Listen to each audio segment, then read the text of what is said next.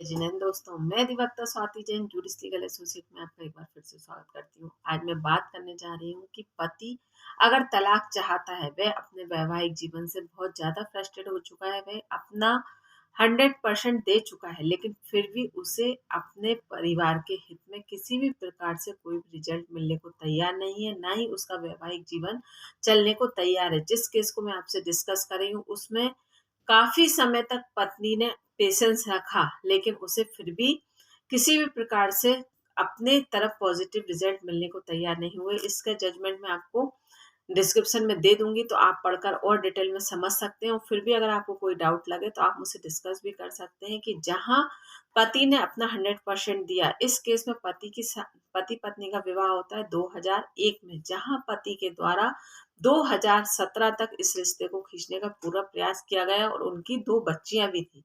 लेकिन पत्नी ने किसी भी प्रकार से कोई भी कोऑपरेट नहीं किया अपने परिवार को चलाने के लिए। तो आखिर थक हार कर पति के द्वारा 2017 में तलाक की अपील लगाई जाती है, और जब वह तलाक की अपील लगाता है, तो यहाँ पर उसकी सुनवाई कुछ इस प्रकार से होती है कि जहाँ फैमिली कोर्ट में उसकी बात को किसी भी प्रकार से सुनवाई नहीं की जाती, पति के द्वारा क्रूरता और डिसर्जन का ग्राउंड बनाया जाता है। डिसर्जन का ग्राउंड आप अच्छे से समझते होंगे कि जहाँ पति-पत्नी के वैवाहिक जीवन में 2 साल तक किसी भी प्रकार से वैवाहिक जीवन की स्थापना ना की जाए, वैवाहिक रिश्ते को लेकर। तो ये, और मैं यहाँ पर आपको क्लियर बता दूँ कि जहाँ पति-पत्नी के बीच में किसी भी प्रकार के संबंध ना बनाए जाएँ 2 साल तक, तो यहाँ पर एक डिसर्जन का ग्राउंड बनेगा, और जिसके आधार पर आप तलाक की अपील लगा सकते हैं। और इस साथ ही पति के द्वारा क्रूरता का भी आधार माना गया है कि जहाँ पत्नी के द्वारा पति पर मानसिक क्रूरता की जाती है। तो यहाँ पर जब पति के द्वारा 2017 में अपील लगाई, तो फैमिली कोर्ट के द्वारा पति की सुनवाई किसी भी प्रकार से नहीं हुई और पत्नी के हक में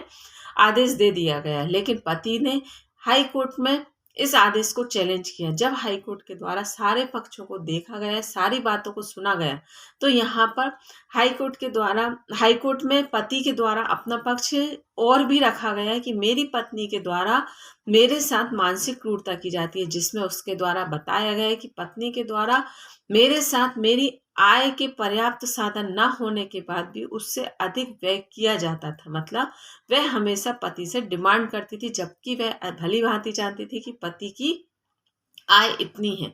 साथ ही वह पति के रिश्तेदारों से, आस पड़ोस से हमेशा पति की बुराइयां करती थी, जो कि पति को कहीं ना कहीं हर्ट होती थी, और ना ही उसके पास उन बातों का कोई प्रूफ था कि अगर पति के द्वारा ऐसा कुछ गलत किया जाता है तो आप उस चीज को प्रूफ कीजिए। तो वह हाईकोर्ट में उन बातों को किसी भी प्रकार से प्रूफ नहीं कर पाई। साथ ही पति के द्वारा डिसर्जन का जो ग्राउंड रखा गया था, उसके बारे में भी पत्नी के द्वारा किसी भी प्रकार से उचित एक्सक्यूज नहीं दिया गया कि वह शारीरिक रूप से बीमार थी, या किसी भी प्रकार से मेंटली प्रिपेयर नहीं थी, या कोई भी उचित कारण नहीं दिया गया कि जहां पत्नी की बात को सुना जाए।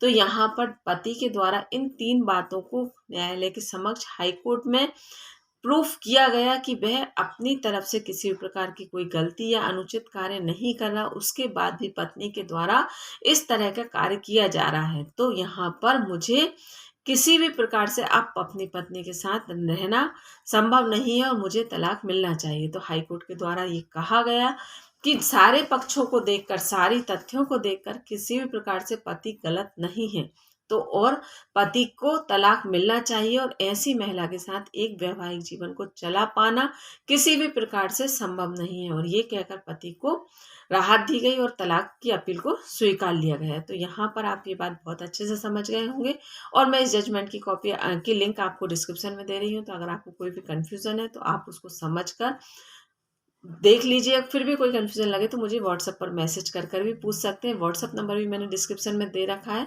तो जो भी आपको डाउट हो या जो भी आप जानना चाहते हो, तो वो आप मुझसे मैसेज कर या कमेंट बॉक्स में कमेंट कर पूछ सकते हैं।